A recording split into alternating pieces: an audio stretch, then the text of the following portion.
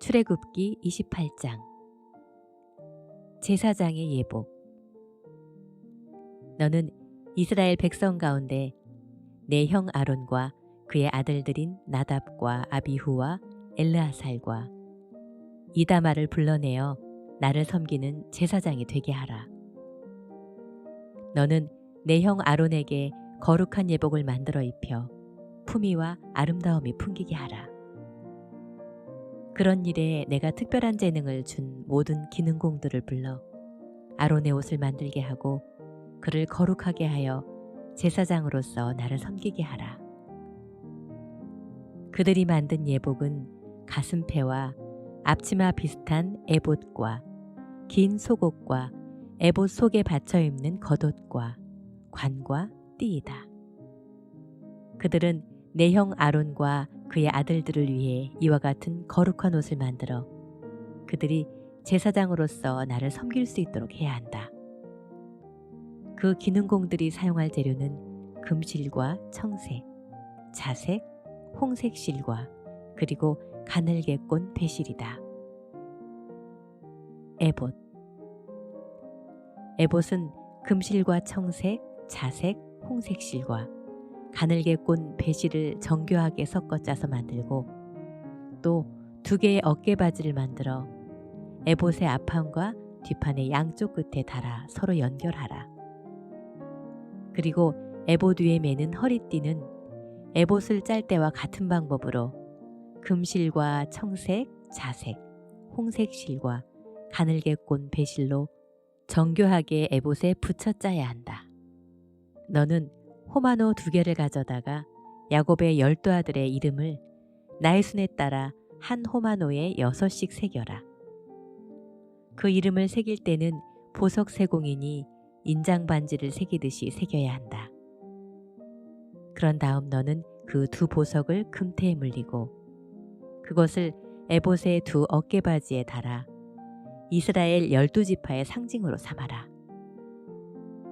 이와 같이 아론은 나 여호와 앞에서 기념으로 그들의 이름을 2 어깨에 달고 다녀야 한다. 너는 순금으로 노끈처럼 따은 2개의 사슬을 만들어 금태에 달아라. 가슴패. 너는 에봇을 짤 때와 같은 방법으로 판결 가슴패를 금실과 청색, 자색, 홍색 실과 가늘게 꼰 배실로 정교하게 짜서 만들어라. 그리고 그 짠 천을 2 겹으로 겹쳐서 가로 세로 각각 한 뼘씩 네모 반듯하게 하고 그것에 4줄의 보석을 물려라. 첫째 줄에는 홍옥, 황옥, 녹주석, 둘째 줄에는 홍수정, 청옥, 금강석, 셋째 줄에는 호박, 백만호, 자수정, 넷째 줄에는 감남석, 호마노, 벽옥을 물려라. 너는 이 모든 보석을 다 금태에 물려야 한다. 너는 이 12보석에 인장반지를 새기듯이 이스라엘 각 지파를 대표로 하는 야곱의 12아들의 이름을 하나씩 새겨라. 그리고 순금으로 노끈처럼 따은 사슬을 가슴패 위에 붙이되 금고리 2개를 만들어 가슴패 위쪽 양쪽 끝에 달아 따은 그 2 금사슬을 가슴의 윗꼬리에 연결하고 따은 사슬의 다른 2 끝을 에봇 앞쪽에 2 어깨바지 금태에 매달아라. 또 금고리 2개를 더 만들어 그 고리가 잘 보이지 않도록 가슴패 양쪽 아래끝 안쪽에 달아라. 그리고 다른 금고리 2를 더 만들어 에봇의 양쪽 옆구리 부분인 허리띠 바로 위에 달고 청색 끈으로 가슴패 고리를 에봇 고리에 매어 가슴패가 움직이지 않고 허리띠 위쪽 에봇에 부착되어 있도록 하라. 아론이 성소에 들어갈 때에는 이스라엘 12지파의 이름을 새긴 이 판결 가슴패를 붙여 나 여호와가 항상 내 백성을 기억할 수 있게 해야 한다. 그리고 너는 우림과 둠빔을 판결 가슴패 주머니 안에 넣어 아론이 내 성소에 들어올 때마다 그것을 휴대하도록 하라. 이와 같이 아론은 이스라엘 백성의 판결할 문제에 대하여 내 뜻을 물어볼 수 있도록 나 여호와 앞에서 항상 이 판결 가슴패를 달고 있어야 한다. 제사장의 다른 예복.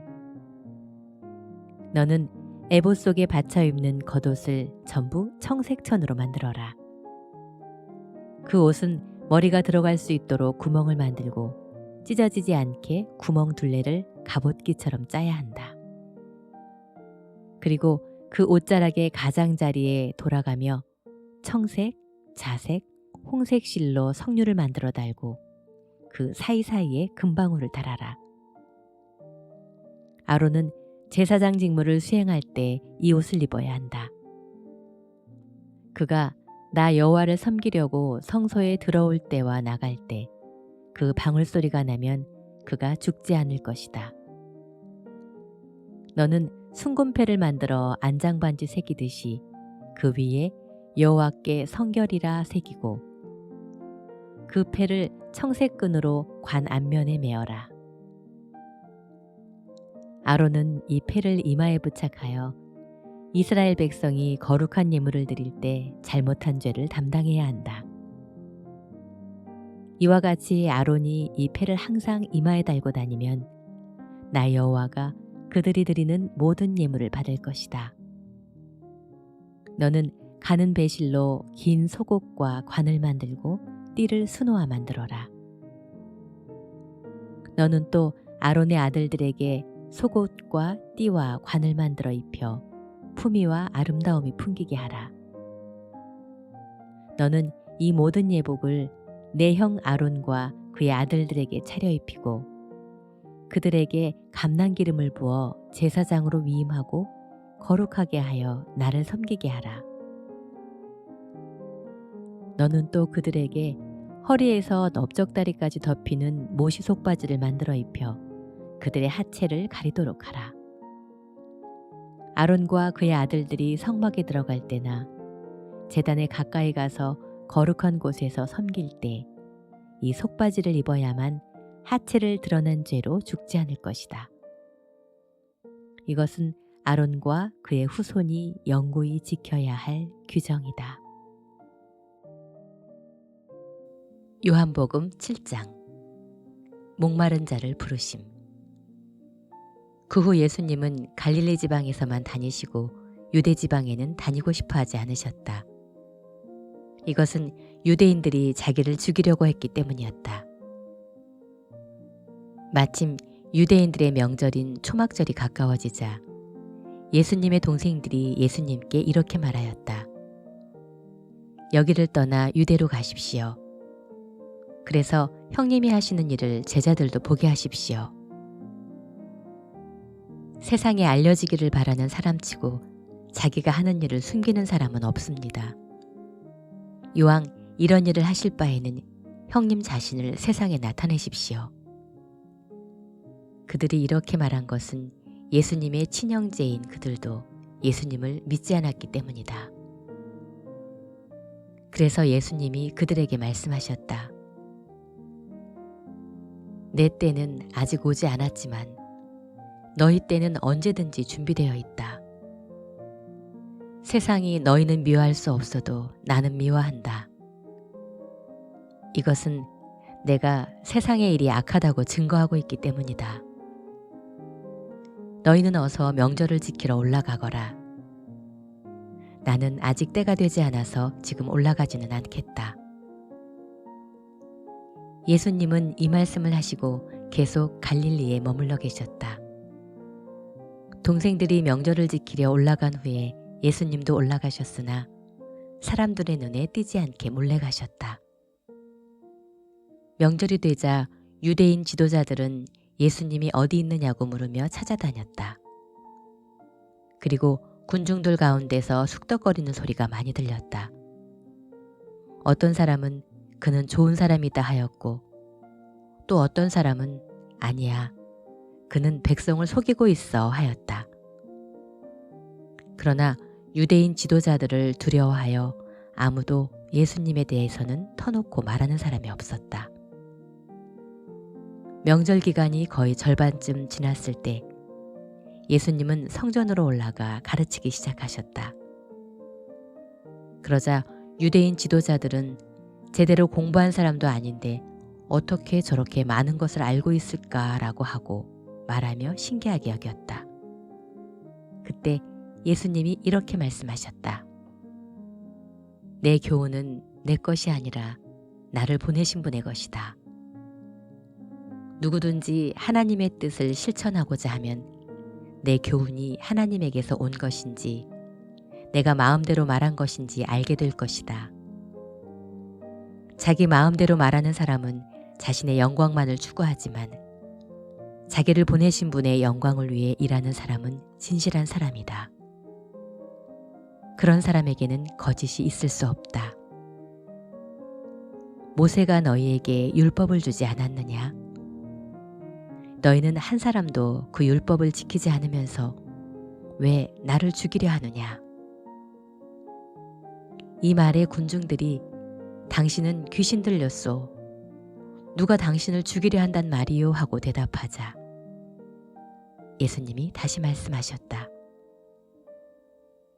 내가 안식일에 한 가지 기적을 행했다고 너희는 모두 놀라고 있다. 모세가 너희에게 할례를 주었다는 이유로 사실 할례는 모세에게서 나온 것이 아니라 너희 조상들에게서 시작된 것이지만 너희는 안식일에도 할례를 베풀고 있다. 모세의 율법을 어기지 않으려고 안식일에도 사람이 할례를 받는데 내가 안식일에 아픈 사람을 완전하게 고쳐주었다고 너희가 내게 화를 내느냐?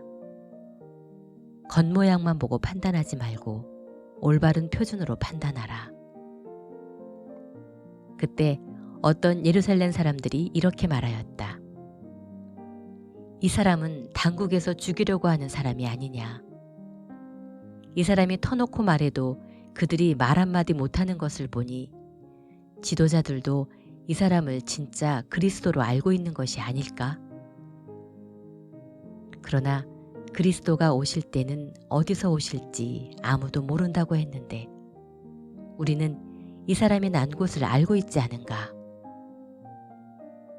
그때 성전에서 가르치고 계시던 예수님이 큰 소리로 말씀하셨다.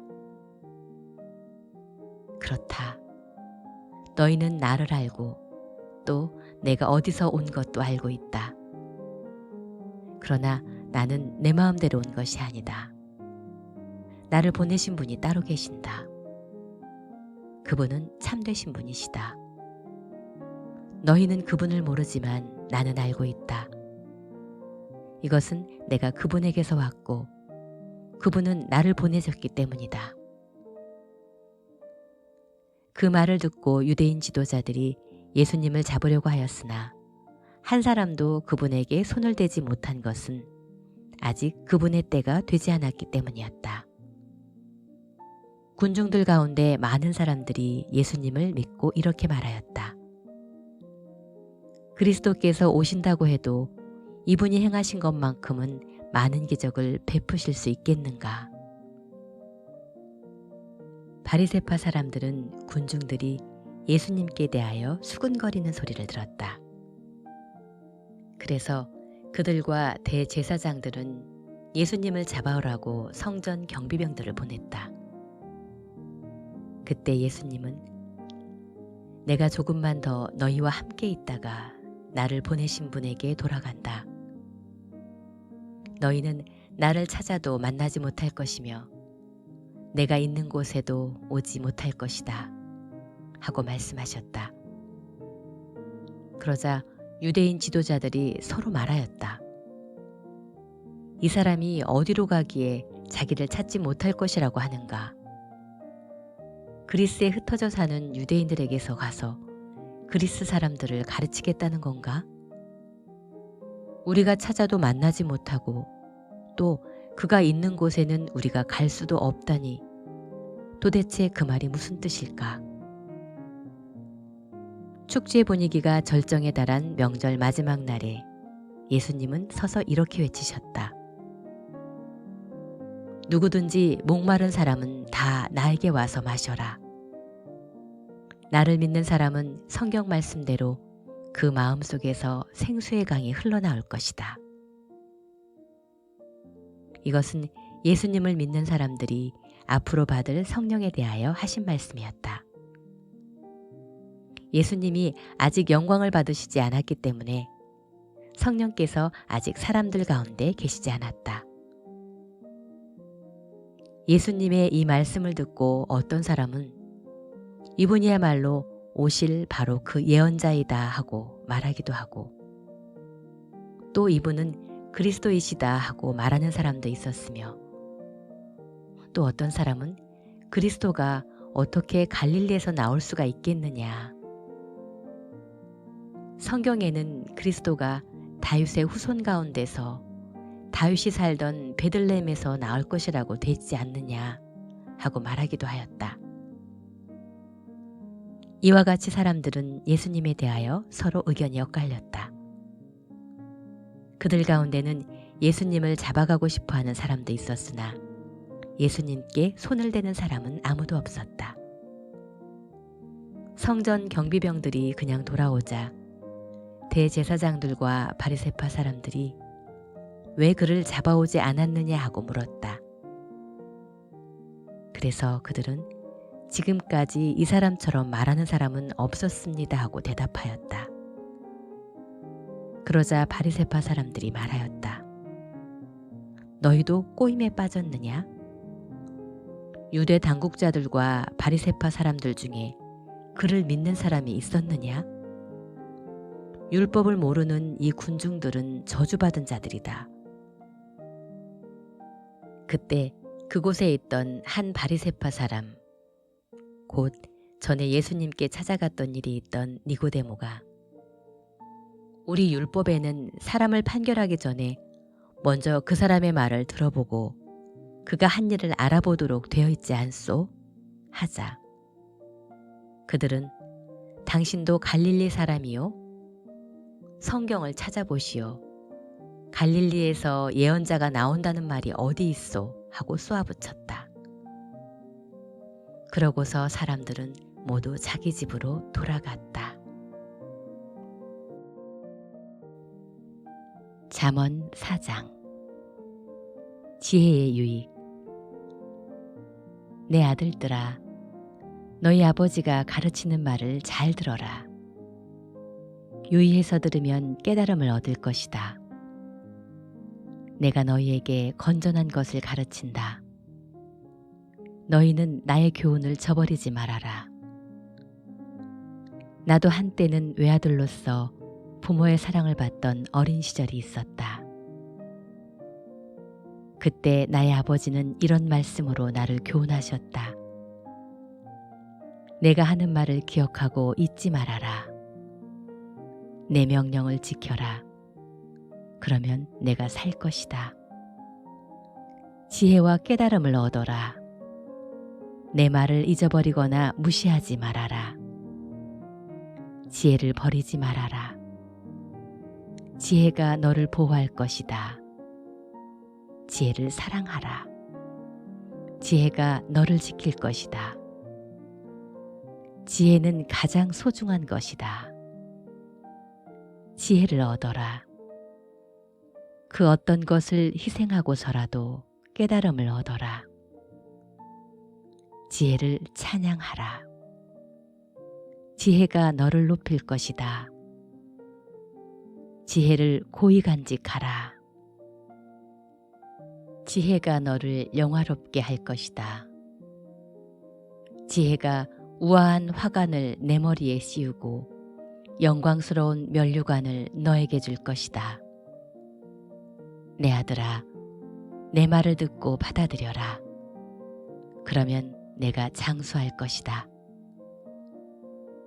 내가 너에게 지혜와 옳은 길을 가르쳤으니 내가 걸어갈 때 내 걸음이 방해를 받지 않을 것이며 내가 달려갈 때에도 걸려 넘어지지 않을 것이다. 내 교훈을 잊지 말고 굳게 지켜라. 이것은 너의 생명과도 같은 것이다. 너는 악인들이 가는 곳에 가지 말고 그들의 행동을 본받지 말아라. 너는 악한 길을 피하고 그들의 길로 가지 말며 돌아서라.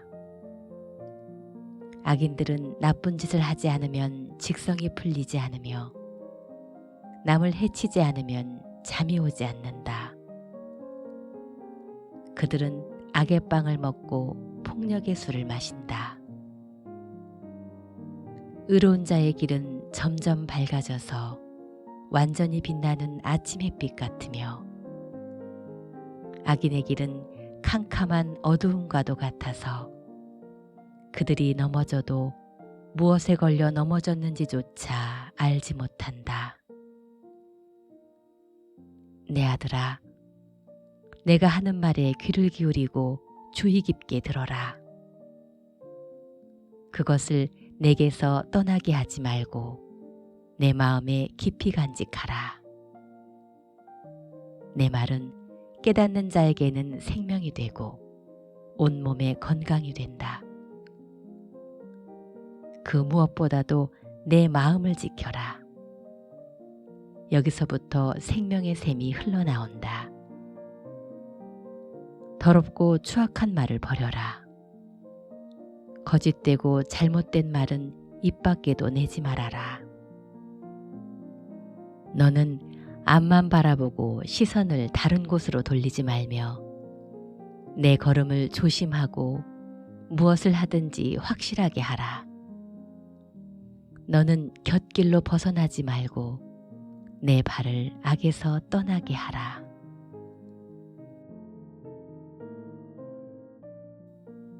갈라디아서 3장. 율법은 사람을 구원하지 못함. 갈라디아 사람 여러분, 왜 그리 어리석습니까? 예수 그리스도께서 십자가에 못 박히신 것이 여러분의 눈앞에 생생한데 누가 여러분을 유혹하였습니까? 내가 여러분에게서 한 가지 알아볼 것이 있습니다. 여러분이 성령을 받은 것이 율법을 지켜서입니까? 기쁜 소식을 듣고 믿었기 때문입니까? 여러분은 그렇게도 어리석습니까? 여러분은 성령으로 시작했다가 이제는 여러분 자신의 노력으로 완전해지려고 합니까? 기쁜 소식을 위해 많은 교난을 겪은 여러분이 이제 와서 그것을 버린단 말입니까? 하나님이 여러분에게 성령을 주시고 기적을 베풀어 주신 것은 여러분이 율법을 지켰기 때문입니까? 기쁜 소식을 듣고 믿었기 때문입니까? 성경에는 아브라함이 하나님을 믿었으므로 하나님은 이 믿음으로 말미암아 그를 의롭게 여기셨다라는 말씀이 있습니다. 그러므로 믿음을 가진 사람들만이 진정한 아브라함의 후손이 된다는 것을 아십시오. 그리고 성경은 하나님이 믿음으로 이방인들을 의롭게 하실 것을 미리 내다보시고 일찍이 아브라함에게 모든 민족이 너를 통해 복을 받을 것이다 라는 기쁜 소식을 전했습니다.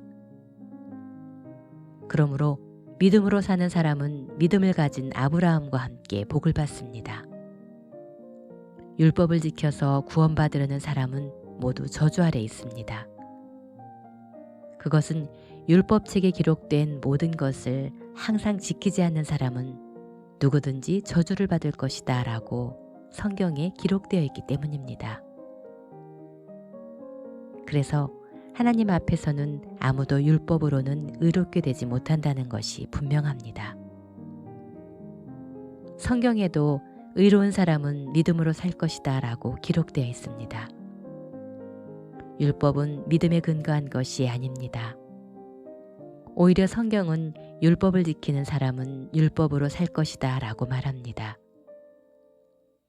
그리스도께서 우리를 위해 십자가에 달려 저주를 받으심으로 우리를 율법의 저주에서 구해주셨습니다. 성경에도 나무에 달린 사람마다 저주를 받은 자입니다 라고 기록되어 있습니다.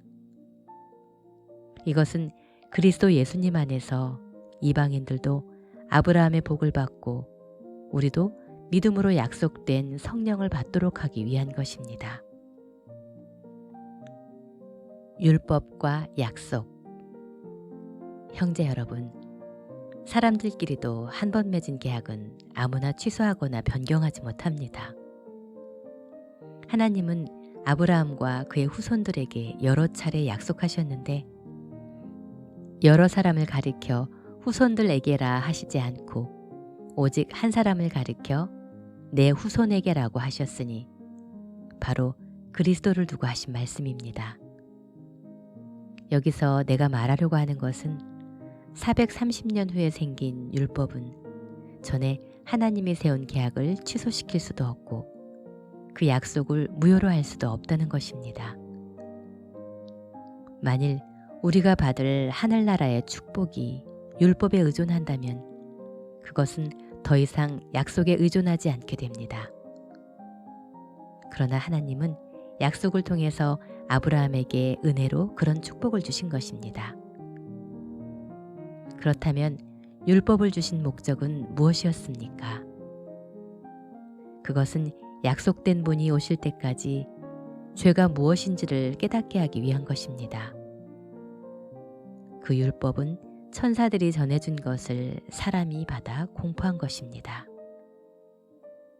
그러나 중재인을 필요로 했던 율법에는 두 당사자가 있어야 했지만 약속을 하는 데는 하나님 한 분이면 됩니다. 율법의 목적. 그러면 율법과 하나님의 약속은 서로 반대가 된다는 말입니까? 절대로 그렇지 않습니다. 만일 사람을 살리는 율법을 주셨다면 의롭게 되는 일이 율법을 통해서 이루어졌을 것입니다. 그러나 성경은 온 세상이 죄의 포로가 되었다고 선언하고 있습니다. 이것은 예수 그리스도를 믿는 믿음을 통해 약속된 것이 믿는 사람에게 주어지도록 하기 위한 것입니다. 믿음의 때가 오기 전에는 우리가 죄의 포로가 되어 믿음이 계시될 때까지 갇혀 있었습니다. 그래서 율법은 우리를 그리스도에게로 인도하는 가정교사고시를 하여 우리가 믿음으로 의롭다는 인정을 받도록 하였습니다. 믿음의 시대가 왔으므로 이제는 우리가 율법 아래 있지 않습니다. 여러분은 다 믿음으로 그리스도 예수님 안에서 하나님의 아들이 되었습니다. 누구든지 그리스도와 연합하는 세례를 받은 사람은 그리스도로 옷을 입은 것입니다.